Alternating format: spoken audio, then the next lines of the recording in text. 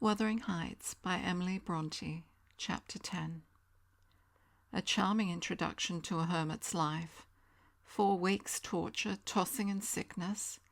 Oh, these bleak winds and bitter northern skies, and impassable roads, and dilatory country surgeons. And oh, this dearth of the human physiognomy, and worse than all, the terrible intimation of Kenneth that I need not expect to be out of doors till spring. Mr. Heathcliff has just honoured me with a call. About 7 days ago he sent me a brace of grouse, the last of the season. Scoundrel, he is not altogether guiltless in this illness of mine, and that I had a great mind to tell him. But alas, how could I offend a man who was charitable enough to sit at my bedside a good hour, and talk on some other subjects than pills, and draughts, blisters, and leeches? This is quite an easy interval. I am too weak to read, yet I feel as if I could enjoy something interesting. Why not have up Mrs. Dean to finish her tale? I can recollect its chief incidents, as far as she had gone.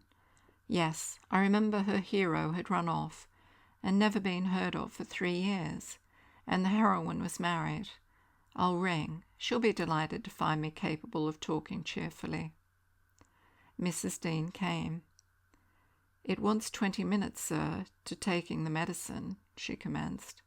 "Away, away with it," I replied. "I desire to have— The doctor says you must drop the powders." "With all my heart. Don't interrupt me.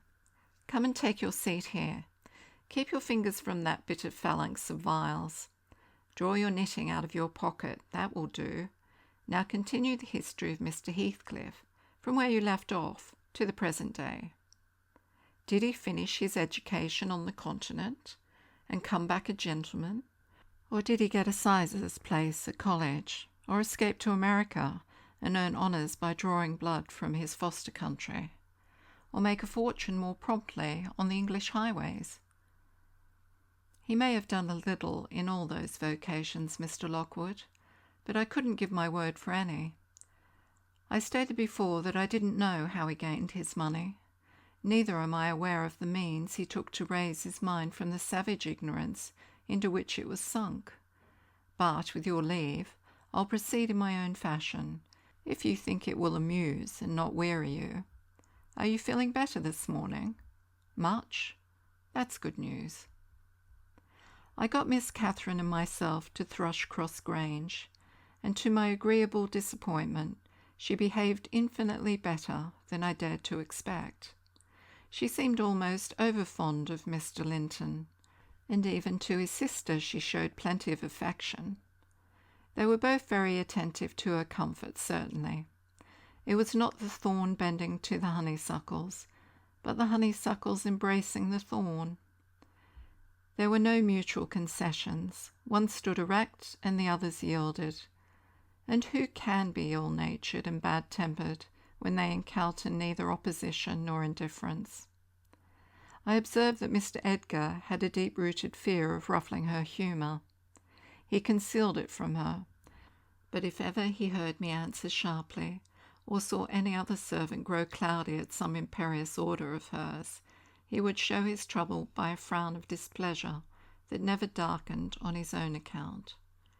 He many a time spoke sternly to me about my pertness, and averred that the stab of a knife could not inflict a worse pang than he suffered at seeing his lady vexed. Not to grieve a kind master, I learned to be less touchy, and for the space of half a year the gunpowder lay as harmless as sand, because no fire came near to explode it. Catherine had seasons of gloom and silence now and then. They were respected with sympathizing silence by her husband, who ascribed them to an alteration in her constitution, produced by her perilous illness, as she was never subject to depression of spirits before. The return of sunshine was welcomed by answering sunshine from him. I believe I may assert that they were really in possession of deep and growing happiness. It ended. Well, we must be ourselves in the long run. The mild and generous are only more justly selfish than the domineering, and it ended when circumstances caused each to feel that one's interest was not the chief consideration in the other's thoughts. On a mellow evening in September, I was coming from the garden with a heavy basket of apples which I had been gathering. It had got dusk, and the moon looked over the high wall of the court, causing undefined shadows to lurk in the corners of the numerous projecting portions of the building. I set my burden on the house steps by the kitchen door and lingered to rest, and drew in a few more breaths of the soft, sweet air.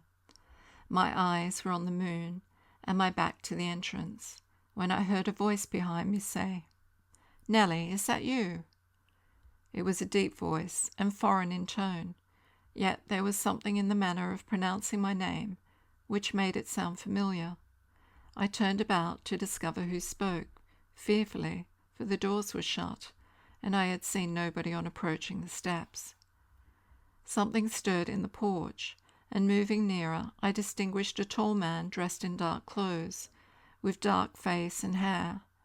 He leant against the side, and held his fingers on the latch, as if intending to open for himself. Who can it be? I thought. Mr. Earnshaw? Oh no, the voice has no resemblance to his. I have waited here for an hour, he resumed, while I continued staring, and the whole of that time all around has been as still as death. I dared not enter. You do not know me? Look, I'm not a stranger. A ray fell on his features. The cheeks were sallow and half covered with black whiskers, the brows lowering, the eyes deep set and singular. I remembered the eyes. What? I cried, uncertain whether to regard him as a worldly visitor, and I raised my hands in amazement. What? You come back? Is it really you? Is it? Yes, Heathcliff, he replied, glancing from me up to the windows, which reflected a score of glittering moons, but showed no lights from within. Are they at home? Where is she? Nellie, you are not glad. You needn't be so disturbed. Is she here? Speak. I wait to have one word with her, your mistress. Go and say some person from Gimmerton desires to see her. How will she take it? I exclaimed. What will she do? The surprise bewilders me. It will put her out of her head. And you are Heathcliff? But altered? Nay, there's no comprehending it. Have you been for a soldier? Go and carry my message, he interrupted impatiently. I'm in hell till you do.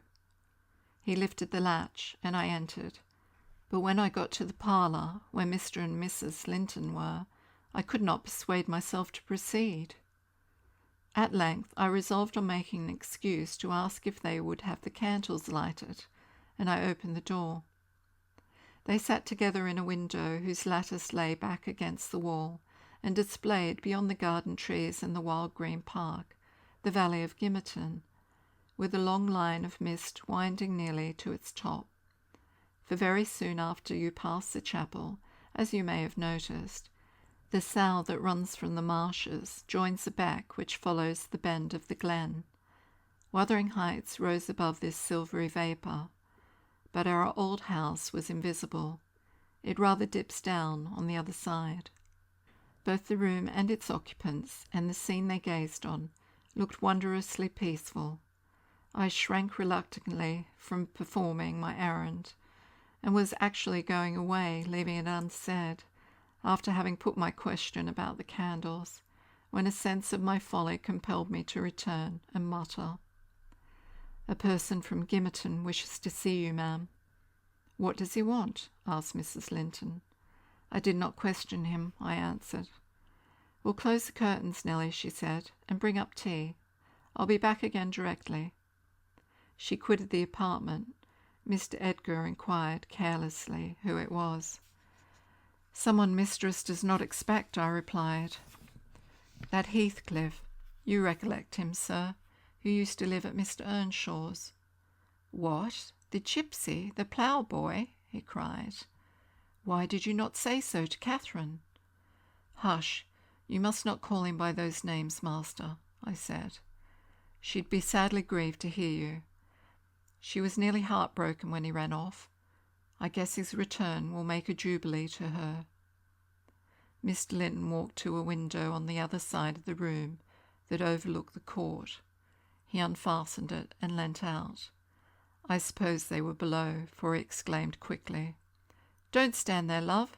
Bring the person in, if it be anyone particular." Ere long I heard the click of the latch, and Catherine flew upstairs, breathless and wild, too excited to show gladness. Indeed, by her face, you would rather have surmised an awful calamity. "Oh, Edgar, Edgar," she panted, flinging her arms around his neck. "Oh, Edgar, darling, Heathcliff's come back, he is," and she tightened her embrace to a squeeze. "Well, well," cried her husband crossly, "don't strangle me for that. He never struck me as such a marvellous treasure. There is no need to be frantic." "I know you didn't like him," she answered, repressing a little intensity of her delight. "Yet for my sake, you must be friends now. Shall I tell him to come up now?" "Here," he said, "into the parlour." "Where else?" she asked. He looked vexed, and suggested the kitchen as a more suitable place for him. Mrs. Linton eyed him with a droll expression, half angry, half laughing at his fastidiousness. "No," she added, after a while, "I cannot sit in the kitchen. Set 2 tables here, Ellen. One for your master and Miss Isabella, being gentry, the other for Heathcliff and myself, being of the low orders. Will that please you, dear? Or must I have a fire lighted elsewhere? If so, give directions. I'll run down and secure my guest. I'm afraid the joy is too great to be real." She was about to dart off again, but Edgar arrested her. "You bid him step up," he said, addressing me, "and Catherine, try to be glad without being absurd. The whole household need not witness the sight of your welcoming a runaway servant as a brother." I descended and found Heathcliff waiting under the porch, evidently anticipating an invitation to enter. He followed my guidance without waste of words, and I ushered him into the presence of the master and mistress, whose flushed cheeks betrayed signs of warm talking. But the ladies glowed with another feeling when her friend appeared at the door. She sprang forward, took both his hands, and led him to Linton, and then she seized Linton's reluctant fingers and crushed them into his. Now fully revealed by the fire and candlelight, I was amazed more than ever to behold the transformation of Heathcliff. He had grown a tall, athletic, well-formed man, beside whom my master seemed quite slender and youth-like. His upright carriage suggested the idea of his having been in the army. His countenance was much older in expression and decision of feature than Mr. Linton's. It looked intelligent, and retained no marks of former degradation. A half-civilized ferocity lurked yet in the depressed brows, and eyes full of black fire, but it was subdued, and his manner was even dignified, quite divested of roughness, though too stern for grace. My master's surprise equalled or exceeded mine. He remained for a minute at a loss how to address the ploughboy, as he had called him. Heathcliff dropped his slight hand, and stood looking at him coolly till he chose to speak. "Sit down, sir," he said at length. "Mrs. Linton, recalling old times, would have me give you a cordial reception, and, of course, I am gratified when anything occurs to please her." "And I also," answered Heathcliff, "especially if it be anything in which I have a part. I shall stay an hour or 2 willingly." He took a seat opposite Catherine, who kept her gaze fixed on him, as if she feared he would vanish were she to remove it. He did not raise his to her often.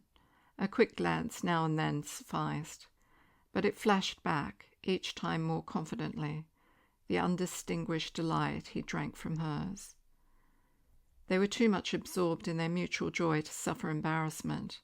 Not so Mr. Edgar. He grew pale with pure annoyance, a feeling that reached its climax when his lady rose, and stepping across the rug, seized Heathcliff's hands again, and laughed like one beside herself. "I shall think it a dream tomorrow," she cried. "I shall not be able to believe that I have seen and touched and spoken to you once more. And yet, cruel Heathcliff, you don't deserve this welcome, to be absent and silent for 3 years, and never to think of me." "A little more than you have thought of me," he murmured. "I heard of your marriage, Cathy, not long since, and while waiting in the yard below I meditated this plan, just to have one glimpse of your face, a stare of surprise, perhaps, and pretended pleasure, afterwards settle my score with Hindley, and then prevent the law by doing execution on myself. Your welcome has put these ideas out of my mind, but beware of meeting me with another aspect next time. Nay, you'll not drive me off again. You were really sorry for me, were you? Well, there was cause. I've fought through a bitter life since I have last heard your voice, and you must forgive me, for I struggled only for you." "Catherine, unless we are going to have cold tea, please to come to the table," interrupted Linton, striving to preserve his ordinary tone and a due measure of politeness. "Mr. Heathcliff will have a long walk, wherever he may lodge tonight, and I'm thirsty." She took her post before the urn, and Miss Isabella came, summoned by the bell. Then, having handed their chairs forward, I left the room. The meal hardly endured 10 minutes. Catherine's cup was never filled. She could neither eat nor drink. Edgar had made a slop in his saucer, and scarcely swallowed a mouthful. Their guest did not protract his stay that evening above an hour longer. I asked as he departed if he went to Gimmerton. "No, to Wuthering Heights," he answered. "Mr. Earnshaw invited me when I called this morning." "Mr. Earnshaw invited him, and he called on Mr. Earnshaw?" I pondered this sentence painfully after he was gone.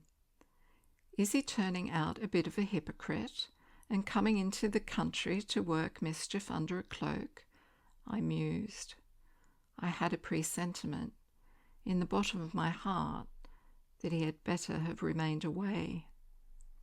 About the middle of the night, I was awakened from my first nap by Mrs. Linton gliding into my chamber, taking a seat on my bedside and pulling me by the hair to rouse me. "I cannot rest, Ellen," she said, by way of apology, "and I want some living creature to keep me company in my happiness. Edgar is sulky because I'm glad of a thing that does not interest him. He refuses to open his mouth, except to utter pettish, silly speeches. And he affirmed I was cruel and selfish for wishing to talk when he was so sick and sleepy. He always contrives to be sick at the least cross. I gave a few sentences of commendation to Heathcliff, and he, either for a headache or a pang of envy, began to cry, so I got up and left him. "What use is it praising Heathcliff to him?" I answered. "As lads they had an aversion to each other, and Heathcliff would hate just as much to hear him praised. It's human nature.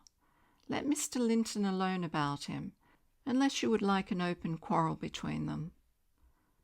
"But does it not show great weakness?" pursued she. "I'm not envious. I never feel hurt at the brightness of Isabella's yellow hair and the whiteness of her skin, at her dainty elegance and the fondness all the family exhibit for her. Even you, Nelly, if we have a dispute sometimes, you back Isabella at once, and I yield like a foolish mother. I call her a darling, and flatter her into a good temper. It pleases her brother to see us cordial, and that pleases me. But they are very much alike. They are spoilt children, and fancy the world was made for their accommodation. And though I humour both, I think a smart chastisement might improve them, all the same." "You're mistaken, Mrs. Linton," said I. "They humour you. I know what there would be to do if they did not.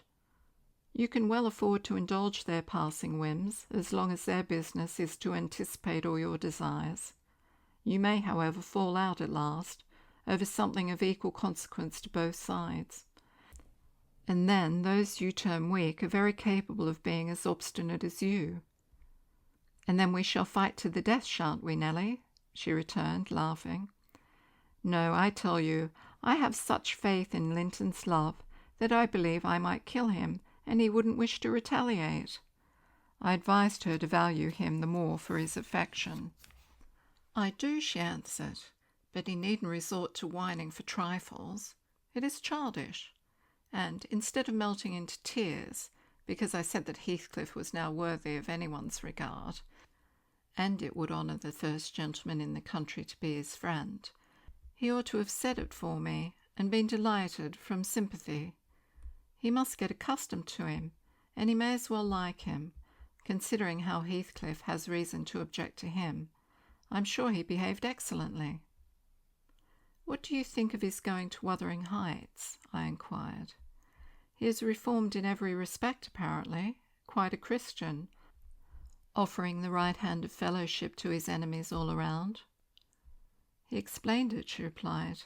I wondered as much as you.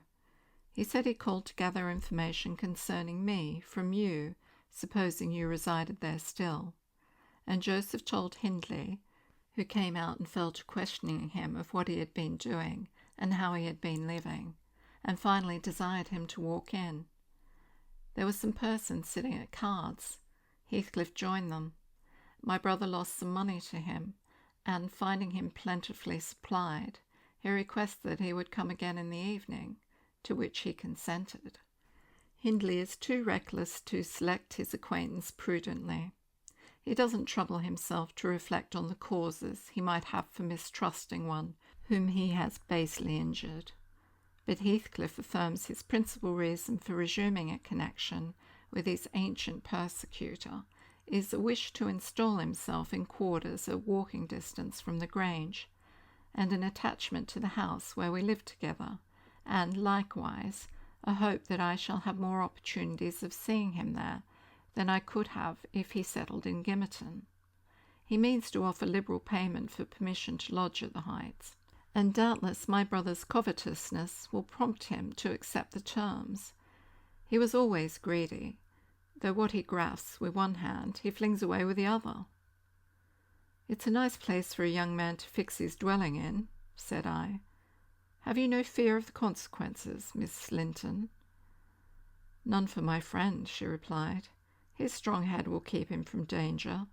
A little for Hindley, but he can't be made morally worse than he is, and I stand between him and bodily harm. The event of this evening has reconciled me to God and humanity. I had risen in angry rebellion against Providence. Oh, I have endured very, very bitter misery, Nelly. If that creature knew how bitter, he'd be ashamed to cloud its removal with idle petulance. It was kindness for him which induced me to bear it alone. Had I expressed the agony I frequently felt, he would have been taught to long for its alleviation as ardently as I. However, it's over, and I'll take no revenge on his folly. I can afford to suffer anything hereafter. Should the meanest thing alive slap me on the cheek, I'd not only turn the other, but I'd ask pardon for provoking it, and, as a proof, I'll go make my peace with Edgar instantly. Good night. I'm an angel. In this self-complacent conviction she departed, and the success of her fulfilled resolution was obvious on the morrow. Mr. Linton had not only abjured his peevishness, though his spirits seemed still subdued by Catherine's exuberance of vivacity, but he ventured no objection to her taking Isabella with her to Wuthering Heights in the afternoon, and she rewarded him with such a summer of sweetness and affection in return as made the house a paradise for several days, both master and servants profiting from the perpetual sunshine. Heathcliff, Mr. Heathcliff, I should say in future, used the liberty of visiting Thrushcross Grange cautiously at first. He seemed estimating how far its owner would bear his intrusion. Catherine also seemed it judicious to moderate her expressions of pleasure in receiving him, and he gradually established his right to be expected. He retained a great deal of the reserve for which his boyhood was remarkable, and that served to repress all startling demonstrations of feeling. My master's uneasiness experienced a lull, and further circumstances diverted it into another channel for a space. His new source of trouble sprang from the not anticipated misfortune of Isabella Linton evincing a sudden and irresistible attraction towards the tolerated guest. She was at the time a charming young lady of 18, infantile in manners, though possessed of keen wit, keen feelings, and a keen temper too, if irritated. Her brother, who loved her tenderly, was appalled at this fantastic preference. Leaving aside the degradation of an alliance with a nameless man, and the possible fact that his property, in default of heirs male, might pass into such a one's power, he had sense to comprehend Heathcliff's disposition, to know that, though his exterior was altered, his mind was unchangeable and unchanged. And he dreaded that mind, it revolted him. He shrank forebodingly from the idea of committing Isabella to its keeping. He would have recoiled still more had he been aware that her attachment rose unsolicited, and was bestowed where it awakened no reciprocation of sentiment.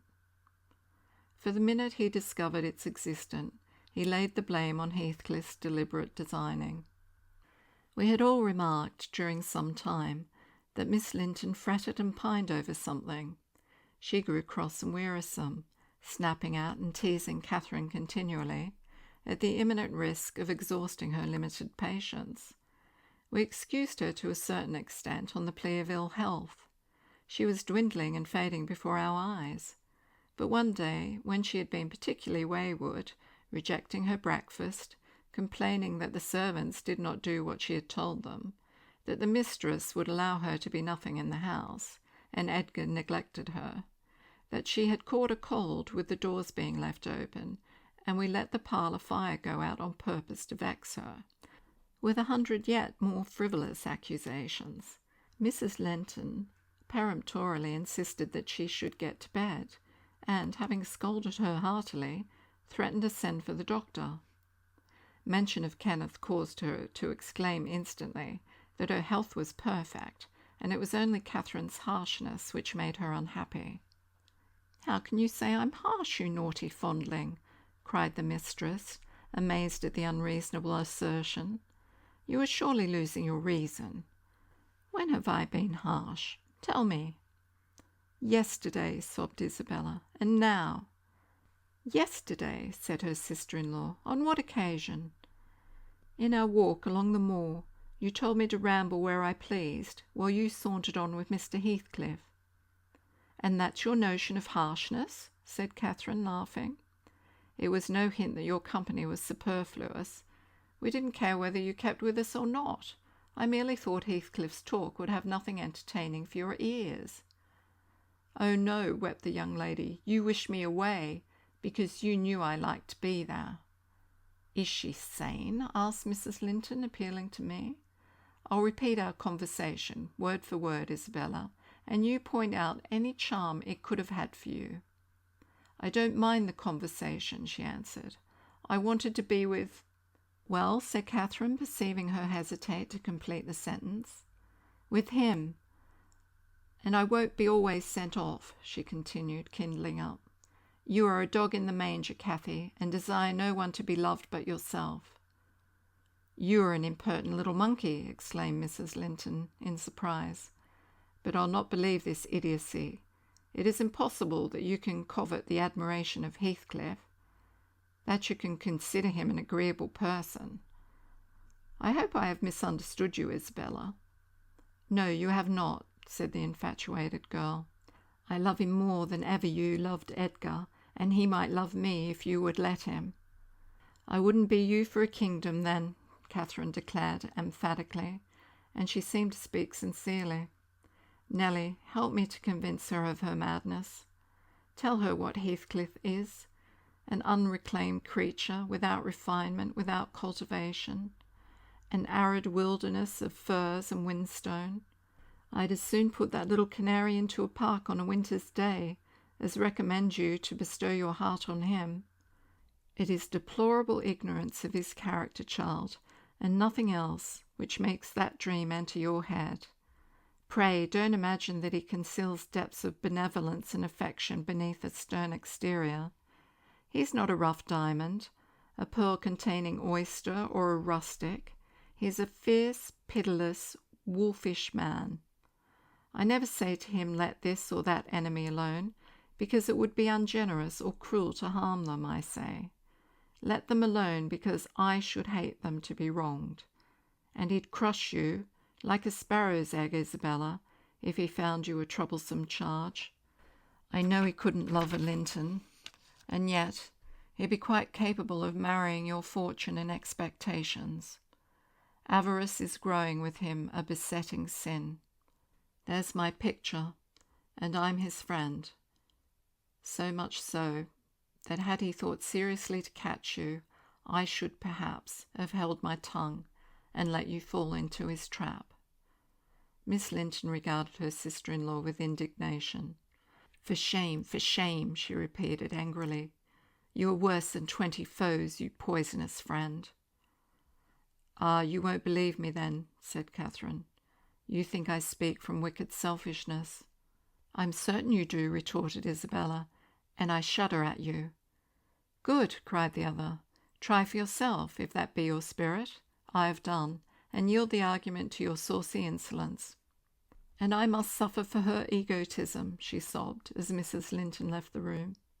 All is against me. She has blighted my single consolation. But she uttered falsehoods, didn't she? Mr. Heathcliff is not a fiend.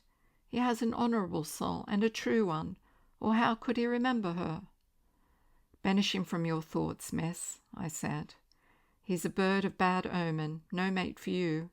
Mrs. Linton spoke strongly, and yet I can't contradict her.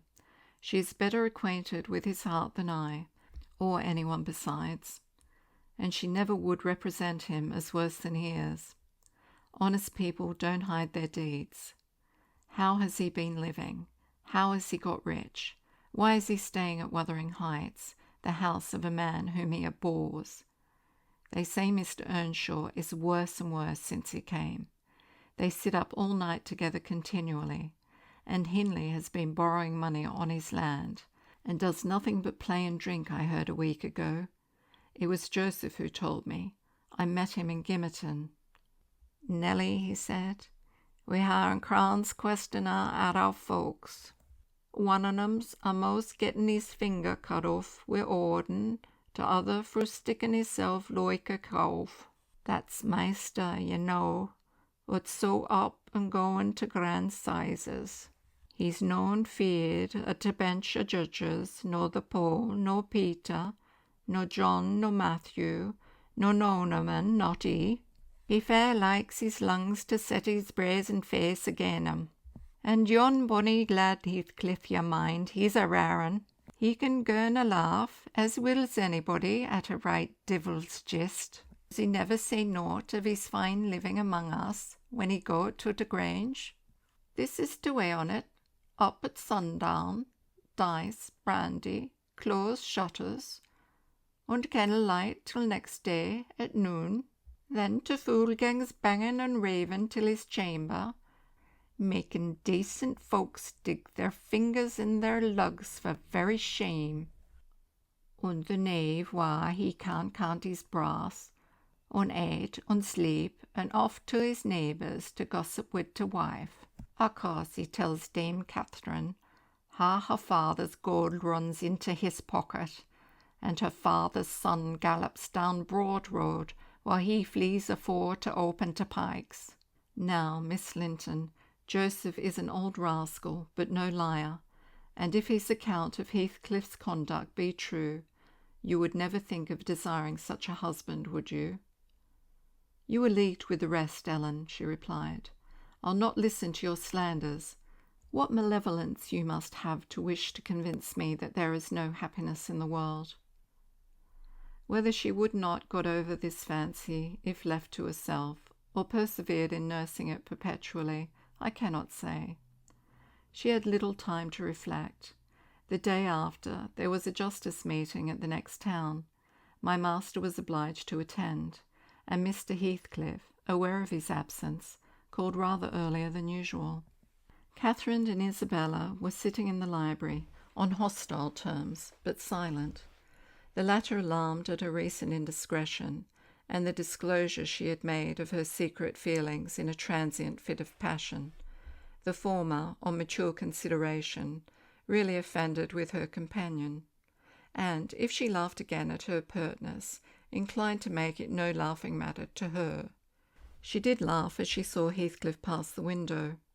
I was sweeping the hearth, and I noticed a mischievous smile on her lips. Isabella, absorbed in her meditations, or a book, remained till the door opened, and it was too late to attempt an escape, which she would gladly have done had it been practicable. "Come in, that's right," exclaimed the mistress gaily, pulling a chair to the fire. "Here are two people sadly in need of a third to thaw the ice between them, and you are the very one we should both of us choose. Heathcliff, I'm proud to show you at last somebody that dotes on you more than myself. I expect you to feel flattered. Nay, it's not Nelly, don't look at her. My poor little sister-in-law is breaking her heart by mere contemplation of your physical and moral beauty. It lies in your own power to be Edgar's brother. No, Isabella, you shan't run off," she continued, arresting with feigned playfulness the confounded girl, who had risen indignantly. "We were quarrelling like cats about you, Heathcliff, and I was fairly beaten in protestations of devotion and admiration. And, moreover, I was informed that if I would but have the manners to stand aside, my rival, as she will have herself to be, would shoot a shaft into your soul that would fix you forever and send my image into eternal oblivion."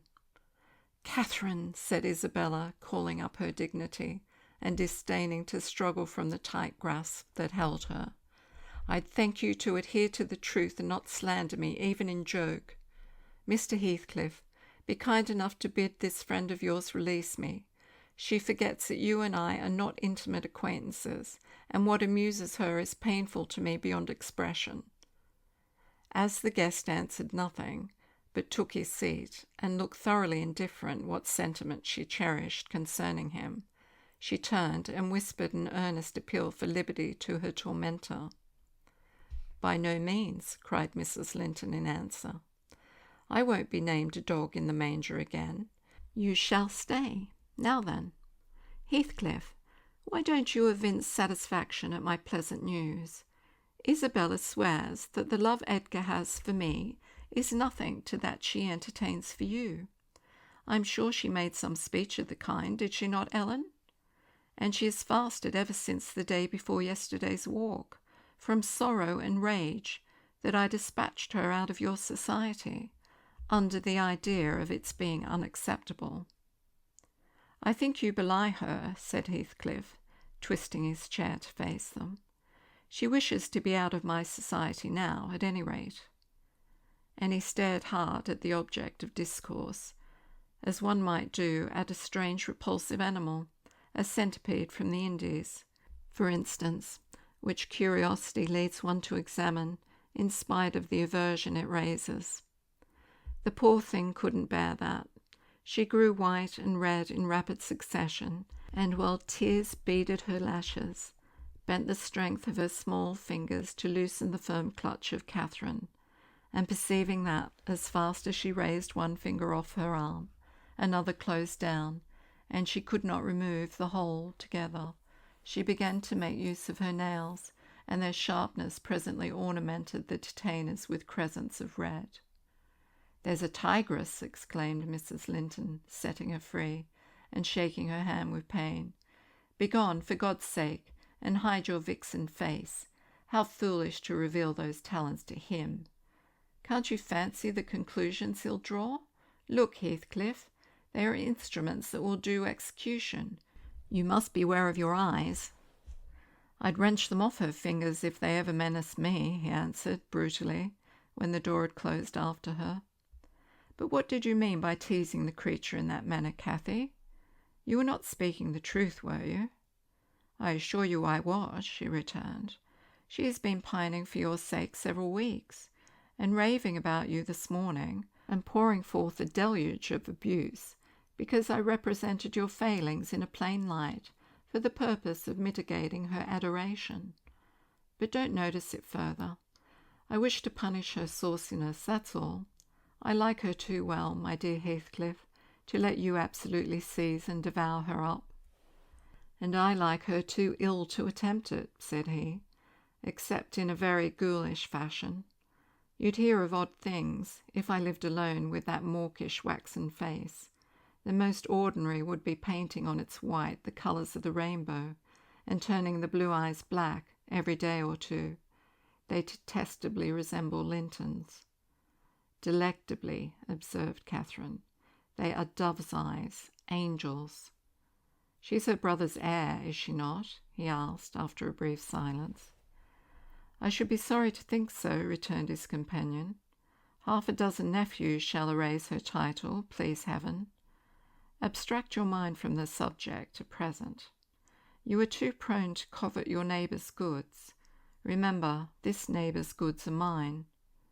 If they were mine, they would be none the less that, said Heathcliff. But though Isabella Linton may be silly, she is scarcely mad, and, in short, will dismiss the matter, as you advise. From their tongues they did dismiss it, and Catherine, probably, from her thoughts. The other, I felt certain, recalled it often in the course of the evening. I saw him smile to himself, grin rather, and lapse into ominous musing whenever Mrs. Linton had occasion to be absent from the apartment. I determined to watch his movements. My heart invariably cleaved to the master's in preference to Catherine's side. With reason, I imagined, for he was kind and trustful and honourable. And she could not be called the opposite, yet she seemed to allow herself such wide latitude that I had little faith in her principles and still less sympathy for her feelings.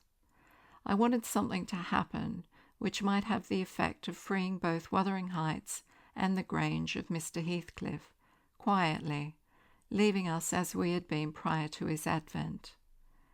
His visits were a continual nightmare to me, and, I suspected, to my master also. His abode at the Heights was an oppression past explaining.